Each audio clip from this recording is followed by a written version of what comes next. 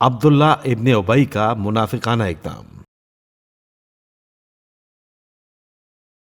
رسول خدا صلی اللہ علیہ وآلہ وسلم نے اختلاف کا سدباب کیا، لیکن عبداللہ ابن ابئی جو مدینے میں منافقین کا سرخانہ اور اسلام سے شدید بغض و عناد رکھتا تھا نے کہا، ہم مدنیوں نے مکے کے مہاجروں کو اپنی سرزمین میں بسایا، انہیں دشمن کے شر سے محفوظ رکھا، اور اب ہمارا حال اس کہاوت کا مصداق ہے کہ اپنا کتا پالو تاکہ وہ تجھ ہی کو کاٹ لے۔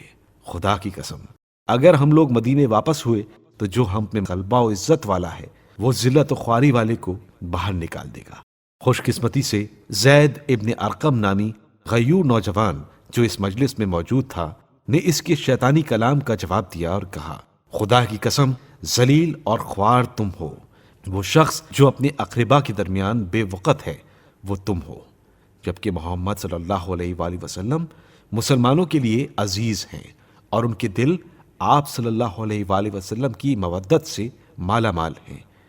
زید بعد ازاں رسول اللہ صلی اللہ علیہ وآلہ وسلم کی خدمت میں حاضر ہوئے اور عبداللہ ابن ابئی کی فتنہ انگیزی کی خبر سنائی اور اصرار کیا کہ اس کا مقصد مسلمانوں کے درمیان فتنہ پھیلانے کے سوا کچھ نہیں ہے۔ اس موقع پر حضرت عمر ابن خطاب نے کہا، یا رسول اللہ، آپ اجازت دیں تو میں عبداللہ کا سر قلم کر دوں۔ آپ صلی اللہ علیہ وآلہ وسلم نے جواب دیا کہ نہیں، لوگ کہیں گے کہ محمد اپنے اصحاب کو قتل کرتے ہیں۔ عبداللہ کو خبر ہوئی تو فوری طور پر حضرت صلی اللہ علیہ وآلہ وسلم کے پاس پہنچا اور زید ابن ارقم کی دی ہوئی اطلاعات کی تردید کی۔ کچھ افراد نے عبداللہ کی طرفداری کی اور کہا کہ ممکن ہے کہ زید ابن ارقم نے غلطی کی ہو۔ مسئلہ بہرحال ختم نہ ہوا اور رسول خدا صلی اللہ علیہ وآلہ وسلم نے مدینہ واپسی کا فرمان جاری کیا۔ اسید ابن حضیر نے آپ صلی اللہ علیہ وآلہ وسلم سے اچانک روانگی کی وجہ پوچھی تو آپ صلی اللہ علیہ وآلہ وسلم نے فرمایا، کیا تم عبداللہ کے موقف اور فتنہ انگیزی سے بے خبر ہو؟ اسید نے لا علمی کا اظہار کیا اور عرض کیا، یا رسول اللہ، صاحب قدرت آپ ہیں، آپ اس کو باہر نکال سکتے ہیں، عزیز اور گرامی آپ ہیں اور خوار و ذلیل وہ ہے۔ آپ کی ہجرت مکہ سے قبل اوسی اور خزرجی اس کی بادشاہی پر متفق ہو گئے تھے اور اس کے لیے تاج بنانے کی غرض سے سونا چاندی جمع کر رہے تھے، لیکن اسلام کا ستارہ طلوع ہوا تو اس کی بادشاہی میں خلل پڑا اور لوگ اس کے حلقے سے منتشر ہوئے۔ وہ آپ کو ان کے منتشر ہونے کا سبب سمجھتا ہے۔ بہرحال روانگی کا فرمان آ چکا تھا اور مسلمان تیز رفتاری سے مدینے کی طرف جا رہے تھے۔ شب و روز سفر میں تھے اور فرائض کی ادائیگی کے سوا یہ سفر جاری تھا۔ دوسرے روز شدید گرمی اور مجاہدین کی تھکاوٹ کی شدت کے دوران اترنے کا فرمان آیا۔ مسلمان جہاں اترے وہیں سو گئے اور تمام تلخ یادیں ان کے دلوں سے مٹ گئیں، اور رسول خدا صلی اللہ علیہ وآلہ وسلم کی اس تدبیر کے نتیجے میں اختلاف کی آگ ٹھنڈی ہو کر رہ گئی۔ عبداللہ ابن ابئی کا فرزند اور سبق آموز واقعہ۔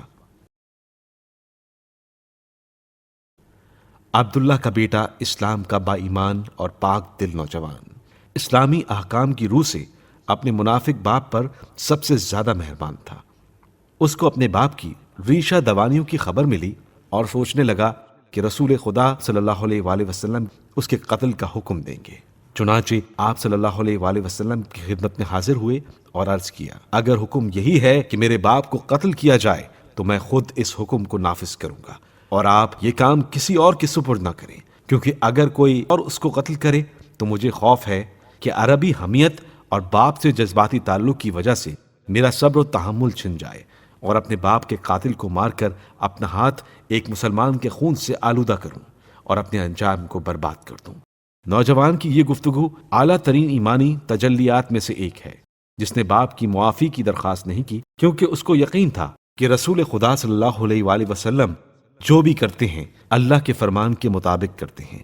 باپ سے محبت اور عربی اخلاقیات کا تقاضا یہ تھا کہ باپ کے قاتل کو ہلاک کر دے، اور اسلامی معاشرے کے امن و سکون کا تقاضا تھا کہ اس کو موت کی سزا دی جائے، اور اس نے ایسے راستے کا انتخاب کیا جس پر گامزن ہو کر اسلامی مفادات بھی محفوظ ہو سکتے تھے اور دوسرے مسلمانوں کی جانب سے اس کے جذبات بھی مجروح ہونے سے بچ سکتے تھے۔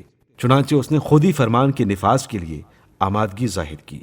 تاہم اللہ کے مہربان پیغمبر صلی اللہ علیہ وآلہ وسلم نے فرمایا، عبداللہ ابن ابئی کو اس قسم کی کوئی سزا دینے کا منصوبہ نہیں ہے، ہم اس کے ساتھ رواداری سے پیش آئیں گے۔ رسول خدا صلی اللہ علیہ وآلہ وسلم کا یہ کلام مسلمانوں کے لیے باعث حیرت تھا۔ چنانچہ لعنت ملامت کی ایک لہر عبداللہ ابن ابی کی طرف اٹھی۔ وہ رائے عامہ میں اس قدر ذلیل و خوار ہوا کہ اس کے بعد کسی نے اس کو لائق کے توجہ نہیں سمجھا۔ کبھی بھی اس نے اظہار وجود نہیں کیا اور ہر واقعے میں لوگوں کی نفرت و اعتراض کا نشانہ بنا رہا۔ اگر غزوہ بنی مستلق کے ایام میں اس کو موت کی سزا دی جاتی تو لوگوں کی ایک جماعت اس کی حمایت کے لیے اٹھتی، لیکن آپ صلی اللہ علیہ وآلہ وسلم کی ذہانت کی وجہ سے اس کو وہ دن بھی دیکھنے پڑے کہ اگر آپ صلی اللہ علیہ وآلہ وسلم کسی کو بھی اس کے قتل کا حکم دیتے تو اس پر فوری طور پر عمل ہوتا۔